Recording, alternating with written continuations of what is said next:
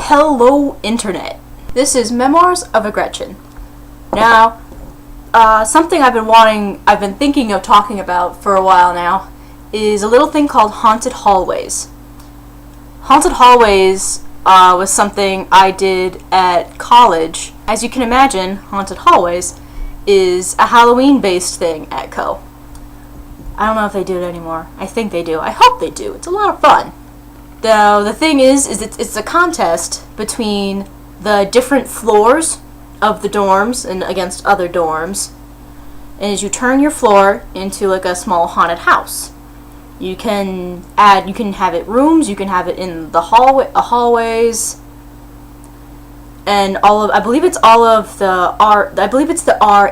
No, it's not the RAs. The committee of student judges and whatnot. Let's go with it. And they have it every year around Halloween. And this particular year was my sophomore year, where I was on 4th floor Murray. And I had a bunch of the people on my floor were some of my really good friends. But yeah, and we had, floor meetings with everyone to decide what our theme would be, what we could do, ideas floated around, who would even be involved, because Halloween isn't everyone's thing. Like, actively scaring people is sometimes not people's thing. I love it. For once,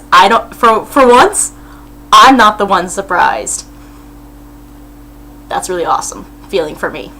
And we went with the theme of abandoned insane asylum. Because what's scarier than that? It is tried and it's not original, admittedly, but it works. So we had the ideas of, like, Hallie, posted, she typed up fake resignation letters of doctors and, ripped up the paper and whatnot and posted them, all over the hallways and whatnot. And there were a few of us, some of us, actively, wandered around the floor, being crazy, doing muttering stuff. I think one person just, sat in the corner and rocked. One of my floor members, I think she really tousled up her hair big and, walked around with, a stuffed animal, dressed in, a little girl dress, I think. One of my friends, one of my current roommate, I believe she put on her lab coat and fluffed up her hair really big and, walked around and, bit her nails and was, muttering. And that's where this picture comes from. I stationed myself in the bathroom because a lot of people forget that the bathroom is a part of the floor and you can use it, and it's not utilized a whole lot in haunted hallways. So we wanted to do that because there is the option of leading these people through the haunted the hallway. But then you kind of she's gonna take us on a certain path, so then something is gonna happen here or here or here, and it takes away the thing. So we had constructed things of one person, almost blocking people's paths, so then they had to wander a certain way. And then, for instance, I think when people went past Kia, she would really freak out and scream, and then that was my cue to start freaking out in the bathroom. Now, the contents of that bathtub is a whole tube of raspberry crystal ice drink mix and a lot of food coloring. So I was, in the bathtub. I put on that with the pink shirt and the little shorts, and I had put the powder under my fingernails and gotten it wet. And when people would walk past, because the entire time I was muttering and in the bathtub and trying to I was fake washing myself. And then so when people would come past, I would really bring up the volume and the crazy sounds, and and then when people were going by, I would like try and like wash myself, and I would like, act like I was scratching and washing myself, and then the color would bleed out under my fingernails and leave tracks. So it looked like I was scratching myself and bleeding. Pretty convincingly, actually. Now, what they didn't tell us this particular year is that another one of the clubs, the crafting club, they do a little trick-or-treat in like a commons area in one of the other dorms for like children of the neighborhood.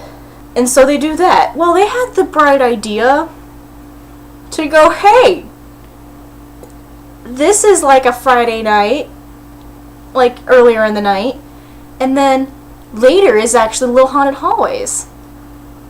Why don't we take the kids through haunted hallways? Now, mind you, haunted hallways is a bunch of college kids trying to scare other college kids. This is not a child-friendly environment. So by now, I've actually been stewing in this tub for about 10 minutes now, and everyone else is in place, because, this is when it starts, but this isn't necessarily when people start coming, You have to be ready. And so none of us knew this. So I hear, I hear Kia go off in the hallway, and then, I hear, the footsteps and whatnot. So I, like, bring it out. I look up at the little hallway, it's like a doorway thing to like the area where the tub is, and there's just this little boy. He's like maybe 8, and he's just like, and I'm just like, I can't break character.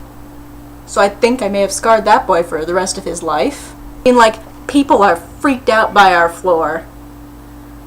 Like, I'm going through my thing, and I look up, and then they're just like these, I recognize these like big, like burly football players, and they're just like, they're like freaked out. At least they look like they are.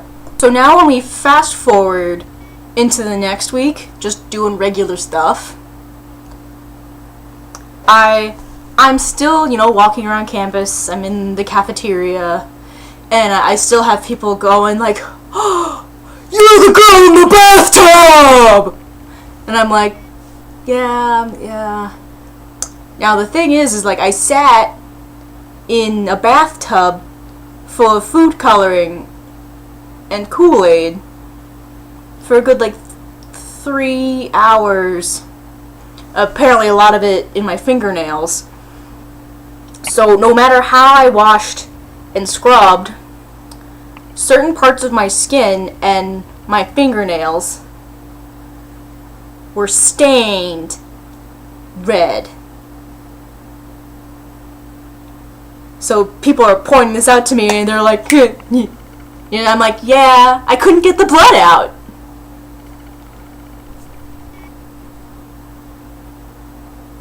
It was intense. Like, it was like a tan line of food coloring. I actually had to let my nails grow out to get rid of the coloring. But I mean, we totally won. It was worth it. Even though that year they switched it from you totally winning over all the other floors to everyone gets a pizza party for participation. But we totally won.